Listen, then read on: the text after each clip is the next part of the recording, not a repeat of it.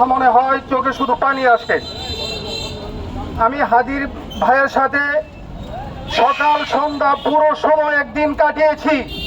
মুক্তা ভাই পাশে আছে, ওনার হসপিটালে গিয়ে আমরা দুপুরে লাঞ্চ করেছি।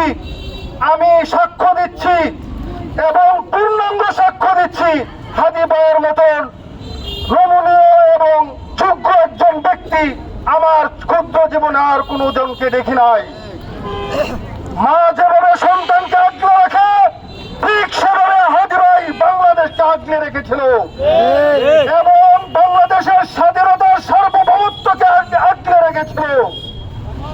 সেই হাদি ভাইকে শুধুমাত্র গুলি করে নাই, সেই প্রেক্ষিতে আমি বলতে চাই সে বাংলাদেশের গায়ে গুলি করেছে, বাংলাদেশ এবং সার্বভৌমত্বের উপর গুলি করেছে।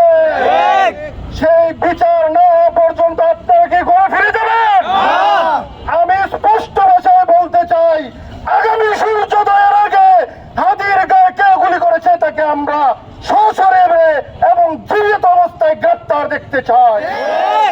আর একটা কথা বলতে চাই, বিদেশ থেকে আওয়ামী লীগের একটি টাকা পাচার করে কিছু সন্তানদেরকে আমাদের কর্মসূচি দিয়ে রাজপথে নামিয়ে দেয়।